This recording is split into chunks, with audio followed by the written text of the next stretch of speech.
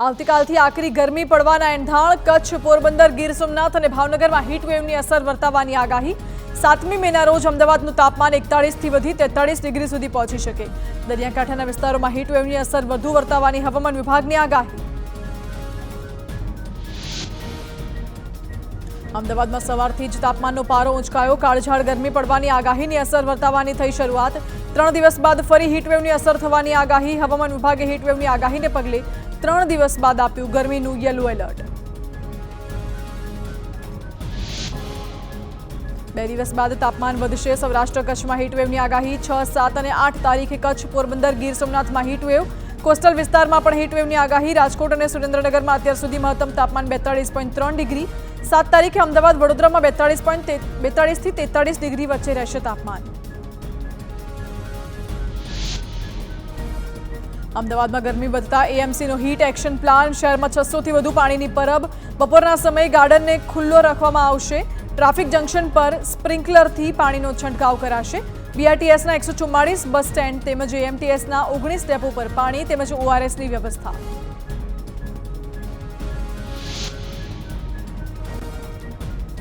સુરતમાં હિન્દુવાદી નેતાઓને ધમકી આપનાર મૌલવી ઝડપાયો। ક્રાઇમ બ્રાન્ચે મૌલવી સોહેલ ટિમોલની કરી ધરપકડ। હિન્દુવાદી નેતા ઉપદેશ રાણાને આપી હતી ધમકી। પાકિસ્તાન, નેપાળના નંબરથી વોટ્સએપ ગ્રુપમાં ચેતવણી મળતી હતી।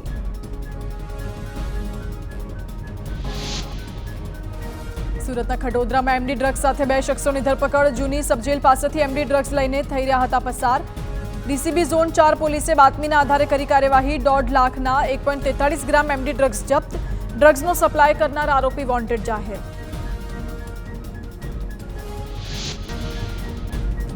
પાલનપુરમાં સલ્લા ખાતે બંધ મકાનમાં ગેસ સિલિન્ડરમાં થયો બ્લાસ્ટ। ગેસ સિલિન્ડર લીકેજ થતા મકાનમાં બ્લાસ્ટ। ઘરના દરવાજા તૂટવાની સાથે દિવાલમાં તિરાડો પડી તો ફ્રીજ, ફર્નિચર સહિત ઘર વખરીને મોટું નુકસાન। સદનસીબે મકાન બંધ હોવાથી ઘટનામાં જાનહાનિ ટળી। લોકસભા ચૂંટણી માટે રાજ્યમાં 7 મેના રોજ મતદાન થશે। મતદાન પહેલા રવિવારે સાંજે 6 વાગે પ્રચાર પડઘમ શાંત થશે। ગરમીની આગાહી વચ્ચે મતદાન અંગે તંત્ર પણ તૈયારીઓ સાથે સજ્જ।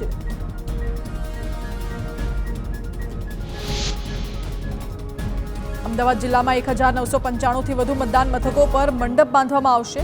770 બૂથ પર કુલર મૂકવામાં આવશે। દરેક મતદાન કેન્દ્ર પર પાણી અને ઓઆરએસની વ્યવસ્થા સાથે આરોગ્ય વિભાગની ટીમ તૈનાત રહેશે।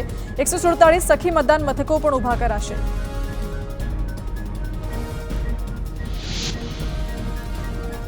કેન્દ્રીય ગૃહપ્રધાન અમિત શાહે છોટાઉદેપુરના બોડેલીમાં સભા સંબોધી। ભાજપને જંગી બહુમતથી જીતાડવા હાકલ કરી। અમિત શાહે કોંગ્રેસ અને ખાસ કરી રાહુલ ગાંધી પર સભામાં અનેક શાબ્દિક પ્રહાર કર્યા। ગૃહમંત્રી અમિત શાહે નવસારીના વાંસદામાં સભા સંબોધી। વલસાડ લોકસભા મતવિસ્તારના ઉમેદવાર ધવલ પટેલ માટે કર્યો પ્રચાર। તેમણે કોંગ્રેસને જુઠ્ઠાણાનું કારખાનું ગણાવી આદિવાસીઓના અનામતના હકો છીનવી લેવાના પણ મૂક્યા આરોપ। દમણમાં પણ અમિત શાહે જનસભાને કર્યું સંબોધન। દમણના ઉમેદવાર લાલુ પટેલ તેમજ સેલવાસના ઉમેદવાર કલા ડેલકરના સમર્થનમાં માંગ્યા મત। કોંગ્રેસ સહિત વિપક્ષ પર કર્યા આકરા પ્રહાર।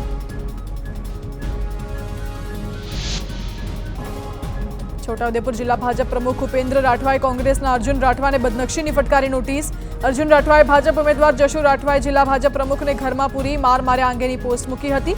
ઉપેન્દ્ર રાઠવાએ આક્ષેપોને પાયાવિહોણા ગણાવી 2.5 કરોડનો બદનક્ષીનો દાવો માંગ્યો। રાજકોટમાં લેવા પાટીદાર અંગેની વાયરલ પત્રિકા કાંડમાં નવો વળાંક। ભાજપે આરોપીઓના સીસીટીવી ફૂટેજ જાહેર કર્યા। આરોપીઓ ઘરે ઘરે ફરી પત્રિકાનું વિતરણ કરતા હોવાના દ્રશ્યો। પત્રિકા વહેંચનારાઓ કોંગ્રેસના કાર્યકર હોવાનો દાવો। મુખ્યપ્રધાન ભૂપેન્દ્ર પટેલે મોરબીમાં કર્યો પ્રચાર। કચ્છ મોરબીના ઉમેદવાર વિનોદ ચાવડાના સમર્થનમાં સભા સંબોધી। સીએમ ભૂપેન્દ્ર પટેલે ભાજપ સરકારે કરેલા કામો અંગે સભામાં કરી ચર્ચા। પોરબંદરમાં ભાજપના મનસુખ માંડવિયાના પ્રચારમાં અભિનેત્રી રૂપાલી ગાંગુલી પણ જોડાઈ। રોડ શોમાં માંડવિયા વતી લોકો પાસે મત માંગ્યા। રૂપાલીને જોવા મોટી સંખ્યામાં લોકો ઉમટ્યા। રૂપાલીએ લોકોને મતાધિકારનો ઉપયોગ કરવા માટે અપીલ કરી।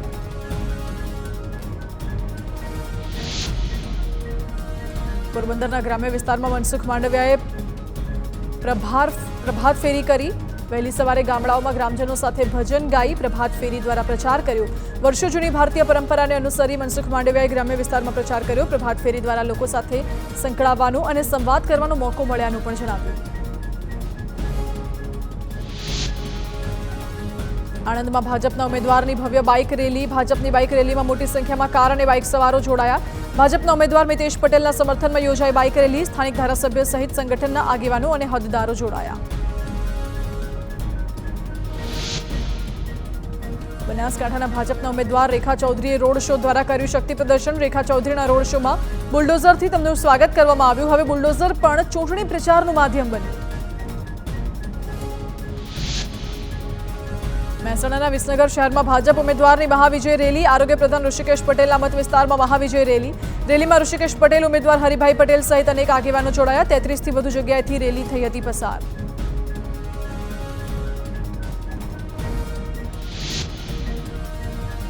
જામનગર ભાજપમાં સર્જાયું ભંગાણ. ભાજપ છોડીને 500 જેટલા કાર્યકરો કોંગ્રેસમાં જોડાયા.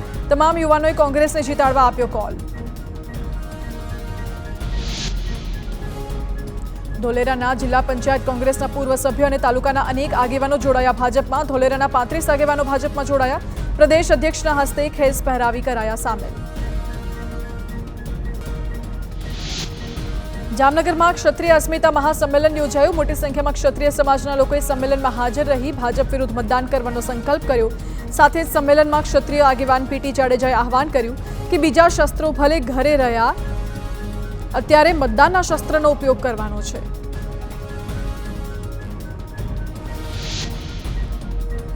સંમેલનમાં હરપાલસિંહ ચુડાસમાએ જામ સાહેબ સામે નારાજગી વ્યક્ત કરી. સંમેલનને સંબોધતા સમયે વડાપ્રધાન નરેન્દ્ર મોદીને પાઘડી પહેરાવવાને લઈ નિવેદન આપ્યું. કહ્યું કે પાઘડી પહેરાવવાના કારણે ક્ષત્રિયોમાં રોષ છે. જામ સાહેબે દુશ્મનને પાઘડી પહેરાવ્યાનો પણ આક્ષેપ. અમદાવાદમાં ધોળકાના ચંડીસર ગામે ક્ષત્રિય સમાજના ધર્મરથનું સમાપન. જ્યાં સભામાં પૂર્વ સીએમ શંકરસિંહ વાઘેલા, કરણસિંહ ચાવડા સહિત ક્ષત્રિય આગેવાનો રહ્યા હાજર.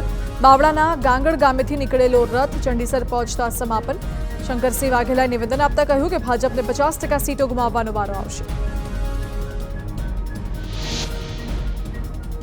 ભાવનગર ખાતે કારડિયા રાજપૂત સમાજનું મહાસંમેલન. સીઆર પાટીલ અને કર્ણાટકના પૂર્વ રાજ્યપાલ વજુભાઈ વાળા રહ્યા ઉપસ્થિત. મોટી સંખ્યામાં કારડિયા રાજપૂત સમાજના લોકો પણ રહ્યા ઉપસ્થિત.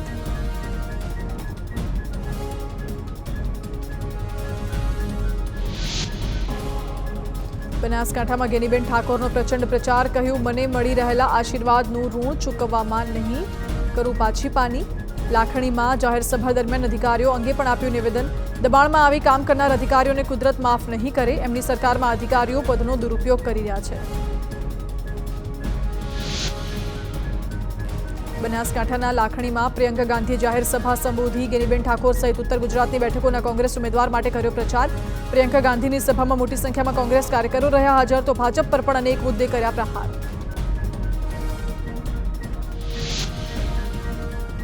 બનાસકાંઠાના દાંતાની સભામાં અલ્પેશ ઠાકોરે રેખા ચૌધરીના સમર્થનમાં સભા સંબોધી. સભા બાદ ગેનીબેન વિશેના એક સવાલમાં અલ્પેશે કહ્યું કે કોંગ્રેસની નીતિને કારણે ઠાકોર સમાજ મુખ્ય ધારાથી દૂર હતો. ઠાકોર સમાજનો સર્વાંગી વિકાસ થાય તે માટે પોતે કોંગ્રેસ છોડીને ભાજપમાં જોડાયાનો પણ દાવો કર્યો.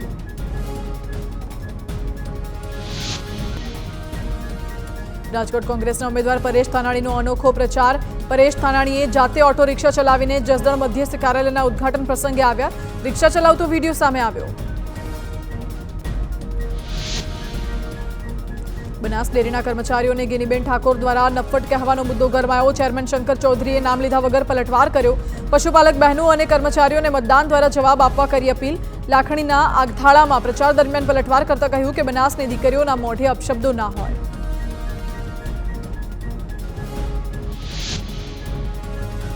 રાજકોટમાં કોંગ્રેસના માલધારી સેલે કર્યો અનોખો પ્રચાર. માલધારી સમાજના લોકોએ પરંપરાગત પોશાક સાથે ચૂંટણી પ્રચાર કર્યો. ગાયોની રક્ષા કરવા માટે સરકાર નિષ્ફળ ગઈ હોવાનો કોંગ્રેસનો આક્ષેપ. ઢોર ડબ્બાની યોગ્ય વ્યવસ્થા ન હોવાનો કોંગ્રેસનો આક્ષેપ. નવસારીમાં લોકસભા ચૂંટણી પહેલા કોંગ્રેસને ફરી ઝટકો લાગ્યો. ચીખલીના હરણગામ પાસે 300થી વધુ કોંગ્રેસી કાર્યકરો જોડાયા ભાજપમાં. ધારાસભ્ય નરેશ પટેલની આગેવાનીમાં કોંગ્રેસનો છેડો ફાડી ભાજપનો ખેસ ધારણ કર્યો. ચૂંટણીના પ્રચાર પ્રસાર વચ્ચે પણ ભાજપમાં ભરતી મેળો યથાવત જોવા મળ્યો. ભરૂચમાં ચૈતર વસાવા અને મુમતાઝ પટેલ વચ્ચેનો વિવાદ ફરી સપાટી પર આવ્યો.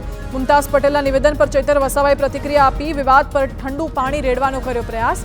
કહ્યું, મુમતાઝ પટેલ અને અમારી વચ્ચે કોઈ વિવાદ નથી. હું પ્રચાર માટે મુમતાઝ પટેલનો સંપર્ક કરીશ.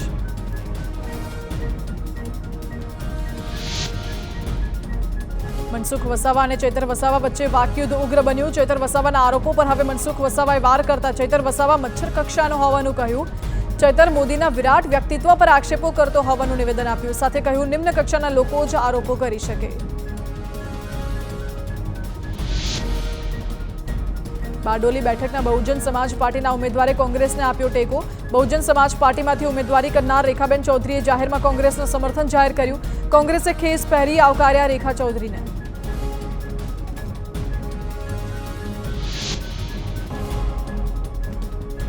ભાવનગરના મહુવામાં ડુંગળીના કારખાનેદારોનો મતદાન અંગે નવતર પ્રયાસ.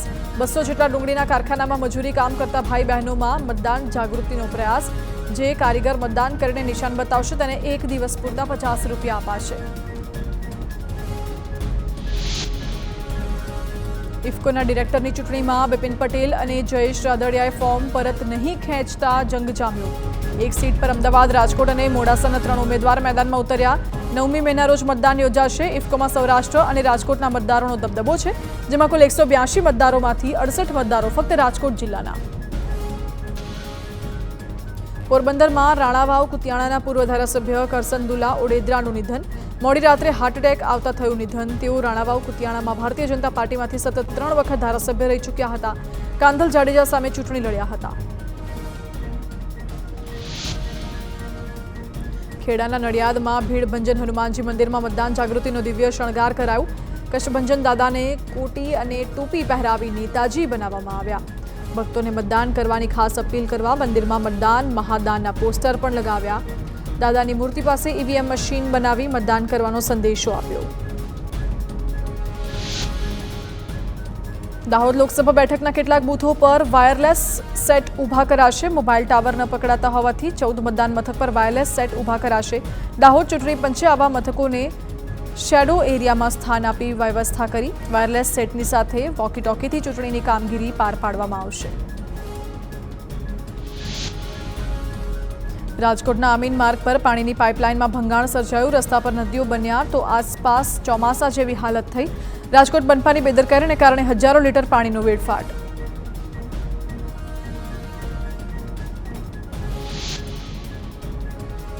સુરતમાં મચ્છરોના ઉપદ્રવના પગલે મનપા તંત્રએ કાર્યવાહી કરી. મહાનગરપાલિકાના વીબીડીસી ખાતાની ટીમે 3 દિવસમાં સર્વે કરી 39 એકમોની નોટિસ ફટકારી તેમજ 43,500નો વહીવટી ખર્ચ પણ વસૂલ કર્યો.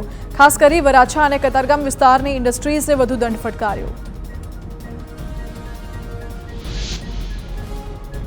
વડોદરામાં રિજનલ ફાયર ઓફિસર લાંચ લેતા પકડાયો. એસીબીની ટીમે છટકું ગોઠવી વર્ગ 1ના અધિકારીને લાંચ લેતા ઝડપી પાડ્યો. એસીબીએ લાંચી અધિકારી નિલેશ પટેલની શરૂ કરી પૂછપરછ. સુરત ઇકોસેલના એએસઆઈ સાગર પ્રધાનની એસીબીએ કરી ધરપકડ. અગાઉ એએસઆઈનો ભાઈ ઉત્સવ પ્રધાન 5 લાખની લાંચ લેતા રંગે હાથ પકડાયો હતો. ભાઈ વતી લાંચ સ્વીકારતા સમયે એસીબીએ ઉત્સવ પ્રધાનની કરી હતી ધરપકડ. હવે એસીબીએ સાગર પ્રધાનને ઝડપ્યા બાદ કોર્ટમાં રજૂ કરી 1 દિવસના રિમાન્ડ મેળવ્યા.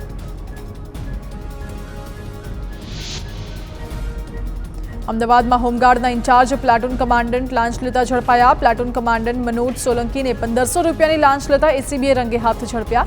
હોમગાર્ડ જવાનો પાસેથી માસિક 500ના લેખે 3 ગાર્ડના 1500 રૂપિયા લેતા ઝડપાયા. હોમગાર્ડ કર્મચારીઓ પોઈન્ટ પર હાજર હોય તો પણ રૂપિયાની માંગણી કરાતી હોવાનો આક્ષેપ. ખેડામાં હથિયારોની ગેરકાયદે હેરાફેરી ઝડપાઈ. સિવાલિયામાં હાઈવે ચેકપોસ્ટ પર પિસ્તોલ અને કારતૂસ સાથે એક ઇસમની ધરપકડ. ખાનગી બસમાં મુસાફરી કરી રહ્યો હતો આરોપી. પોલીસે આર્મ્સ એક્ટ હેઠળ નોંધ્યો ગુનો.